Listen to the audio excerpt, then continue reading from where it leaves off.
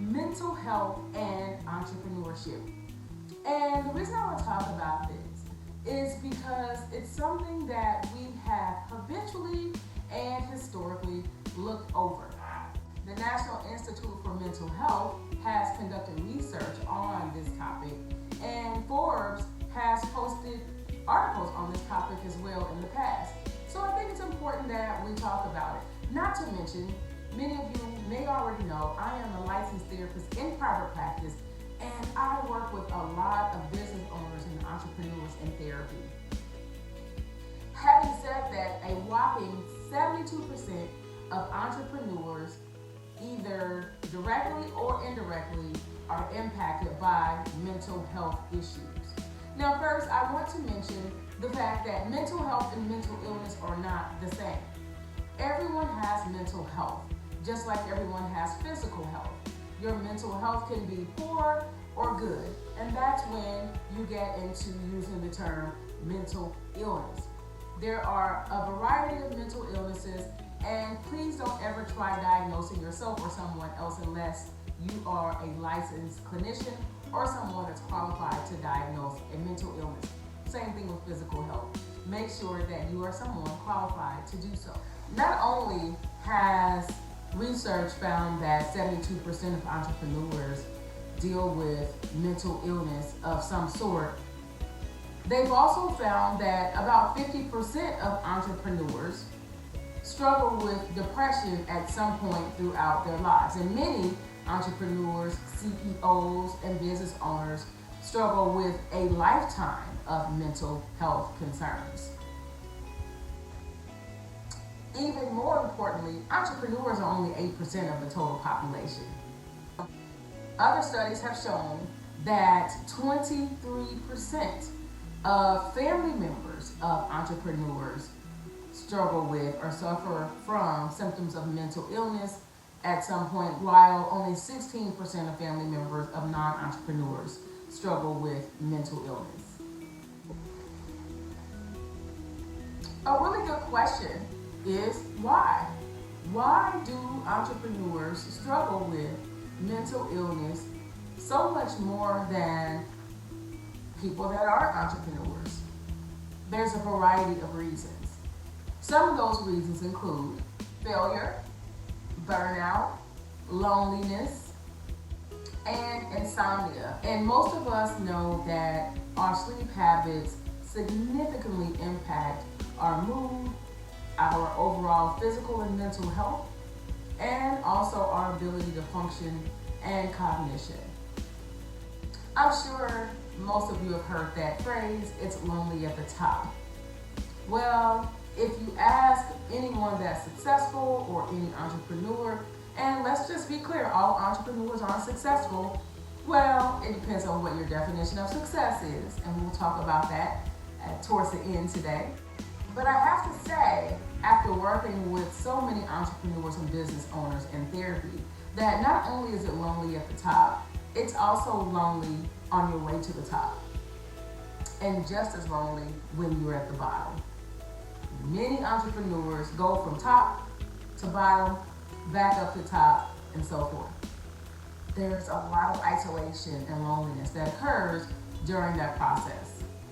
Another reason for this tendency to struggle with mental illness with regards to entrepreneurs is social media. Social media is very damaging in so many ways. See, when we look on the internet, entrepreneurship and business ownership looks so glamorous, doesn't it? Not only does entrepreneurship look glamorous on the internet, we also hear a lot of terms and verbiage being used that promotes or perpetuates burnout. And as I previously stated, burnout is a contributing factor to mental health concerns among entrepreneurs. You hear people using terms like excellence and obedience and be consistent. And you hear things like don't let anyone outwork you. You hear words like grind. And there's a lot of motivational speakers out there that use this terminology. And as a result, most entrepreneurs think that they have to work day in and day out. That promotes burnout, depression, poor sleep habits, lack of self-care, and such. Now, I think it's important to also mention that entrepreneurs also have some traits or qualities that make them predispositioned for mental health problems. In order for a person to be successful, there's some qualities that they must possess, that most of them possess. Some of these traits and qualities are thinking outside of the box, being a visionary, being very creative, being open-minded, ambitious, extremely dedicated, a drive for success, and unfortunately, many entrepreneurs have obsessive traits as well. In addition, a great deal of what's required to be successful breeds isolation. Also, self-neglect, overthinking, worry, self-doubt, and all of those things can trigger anxiety and or depression. You see, what a lot of entrepreneurs don't tell you is that success comes with a price. And for many people, that price is way too high because there's a lot lost throughout that journey if a person isn't careful. A big part of that price entails public criticism, financial responsibilities, and sometimes financial strain, performance expectations, and as a person becomes more successful, the expectation for performance becomes greater.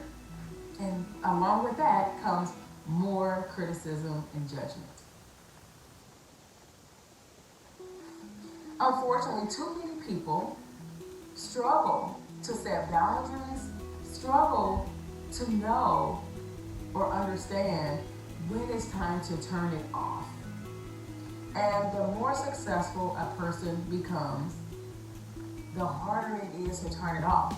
You know, in this day and age, people will refer to you as being inconsistent because you've decided to remove yourself or to switch gears or pivot because you understand that your mental health is just as important, if not more important, than your legacy.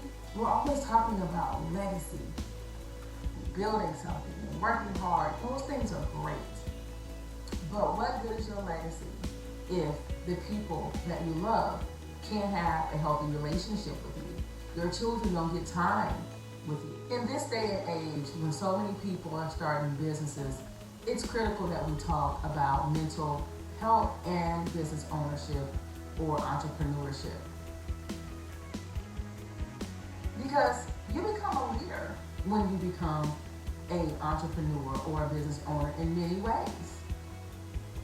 Especially if you have staff and volunteers and interns. You know, your followers or people that support you or the public, they know that entrepreneurship or business ownership comes with highs and lows or ups and downs. Unfortunately, most of them only want to hear about the highs. If you were to go on social media and go on some rant about how you're having a bad day or how your mood is low, you're not sleeping well, and everything's falling apart, can you imagine what they would say about you? Most of them would accuse you of being emotionally or mentally unstable, totally disregarding what you are facing day in and day out. The truth of the matter is, bad days are a part of life, and they certainly are a part of business ownership. So if you are an entrepreneur or business owner, or maybe you don't own your own business, maybe you are a leader or you're a manager or some CEO of a company, you're in a leadership role at your job. It's important that you refrain from allowing other people to make you believe that you have to always be in performance mode. and that removing yourself for a while is a bad thing.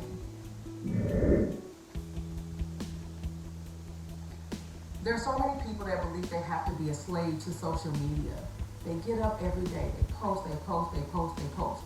And I get it. Posting is great. Posting on social media markets your business. It's a great form of marketing. For most business owners, a great deal of what you post is marketing your business or yourself as the business owner.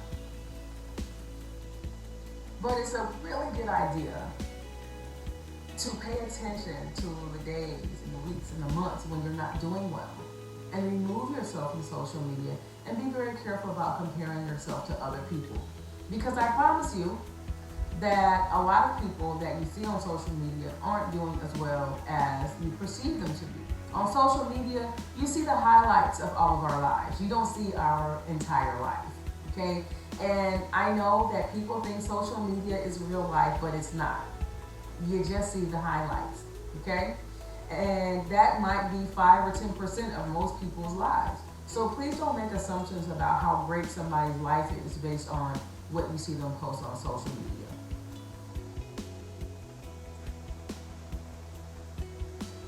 It's really important for leaders and entrepreneurs and business owners to be honest with people that look up to them, that follow them, that rely on them for guidance, that they're honest with them about what they deal with on those down days. I'm not saying get on social media and have a pity party. It's not what I'm suggesting. I'm simply suggesting that the people that you deal with face to face, I have staff, I have sometimes interns and volunteers that help in one or both of my businesses, and these are people that you're mentoring, that you're supervising. People that think that you're this great person with no problems. And it's important that they understand that you simply do have problems, just as much, probably more than they do, than the average person. I wrote a book last year called Your Exhilarating Life. I talked about some of my struggles as a business owner, some of the things that myself and my family faced. It's not all fun and games. It's not all sunshine and flowers. There's ups and downs, there's highs and lows. But I always say it's certainly worth it, especially if you take care of yourself, okay? Let's take a moment to honor some of our successful leaders in society who did open up about their struggles with mental illness. People like Jennifer Lewis and Jim Carrey, Gabby Douglas, Charlemagne the God, Abraham Lincoln, Thomas Jefferson. We've had presidents of the United States who suffered from mental illness. I would be willing to bet that their level of success was a contributing factor to that. And all of the other social media gurus that are always working hard. Some of our hardest working people in society, some of our most wealthy, most successful people struggle with, and some of them have opened up about mental illness. I would also like to take a moment to not just honor, but just a moment of reflection for our leaders and successful entrepreneurs who didn't make it. Maybe they didn't open up or get the help that they needed.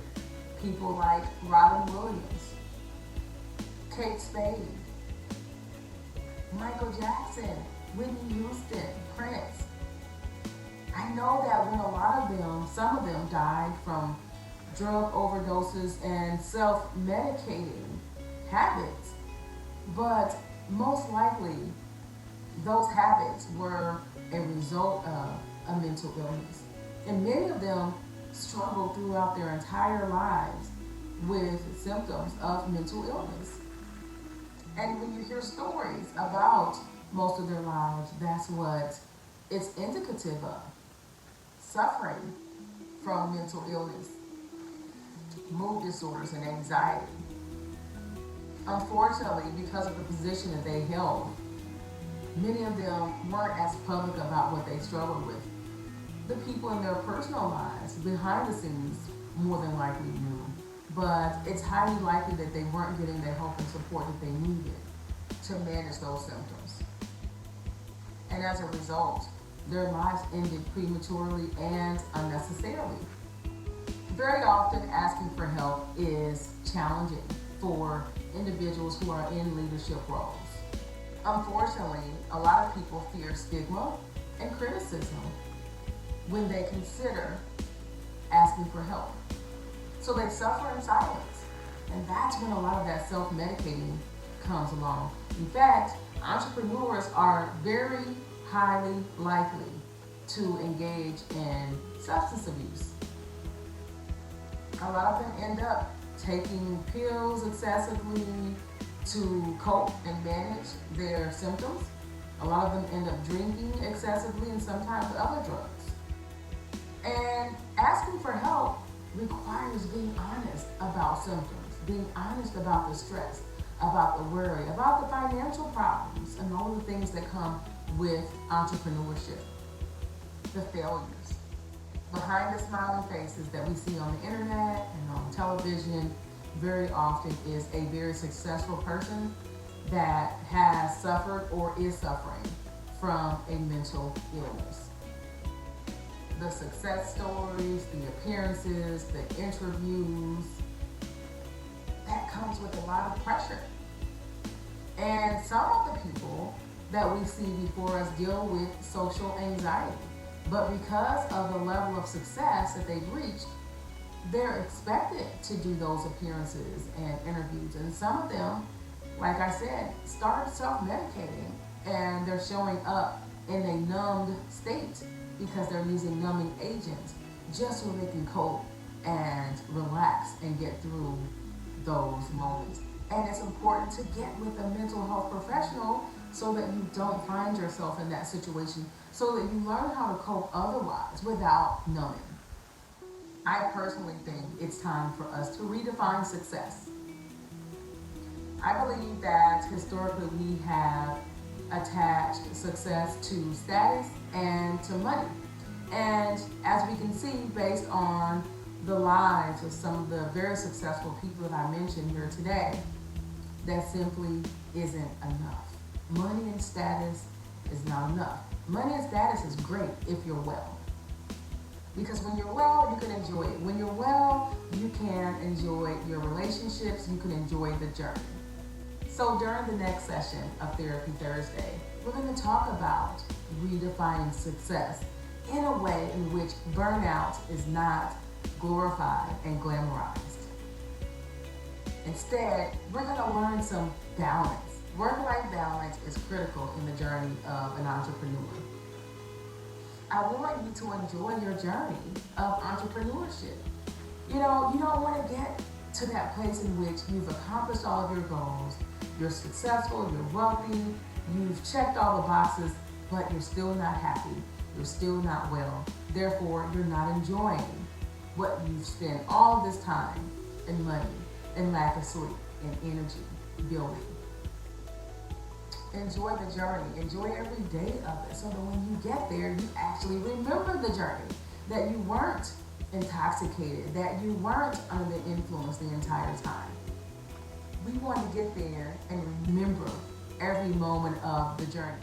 So I want you to start journaling every day throughout your journey of entrepreneurship.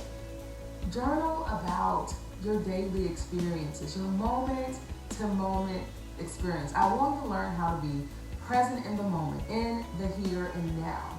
Not always living in the future, trying to anticipate what hasn't happened yet. Knowing that you have a plan, being confident that that plan is going to work out, and enjoying this moment today.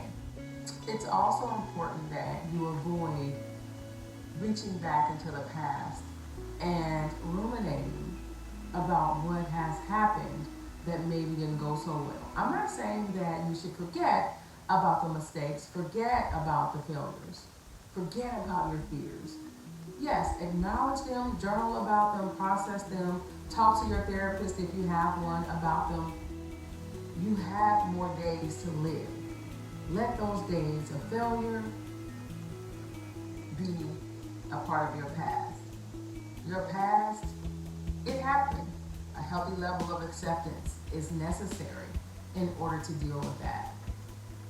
So I encourage you to get up every day with a sense of renewed mind and spirit, new goals, new day, and make sure that you look forward to having a good day today. Focus on one day at a time. What are you going to do today? And don't find yourself beating yourself up if at the end of the day today you didn't accomplish everything that you wanted to accomplish. I hear a lot of the business owners and entrepreneurs that I work with in therapy, they talk about being unproductive, and they feel this sense of defeat when they have day after day after day and they haven't checked off all of the items on their task list. And you might have to accept that you're just going to always have a task list, and sometimes everything on that list is not going to be done. Don't find yourself being a slave to that list. That list is a blueprint. Your goal is to get everything done on that list. So don't be a slave to social media. Don't be a slave to a task list. Hey, look, there was a time when I was on social media like every day. And after I built my therapy practice to the extent that it is, I'm not on social media every day. But even if I wanted to be, I'm so busy, I don't have time to. I barely have time to do my Therapy Thursday videos. Actually, I stopped doing Therapy Thursday videos and some of the other things that I used to do because my schedule just won't allow it anymore. And some people may assume that I've kind of fallen off the face of the earth, or maybe I'm inconsistent, but what other people think is of no concern for me. I'm not on social media all the time anymore because I've accomplished my goals. All right, so now it's time to set some new ones and take things to another level. And I can't do that if I'm always trying to please other people and always in the face of others. Sometimes it requires removing yourself and disconnecting so that you can focus. All right, because you can't do it all. And we will talk about this whole superwoman complex that I see so many people with in today's society, but not today. Next time, next session, we're going to talk about redefining success. We're going to talk about work-life balance. We're going to talk about saying no and setting boundaries, and all those things that are required for us to be well as entrepreneurs and business owners. Hey guys, that's all I have. Thanks for sitting in on Therapy Thursday. I will see you next time.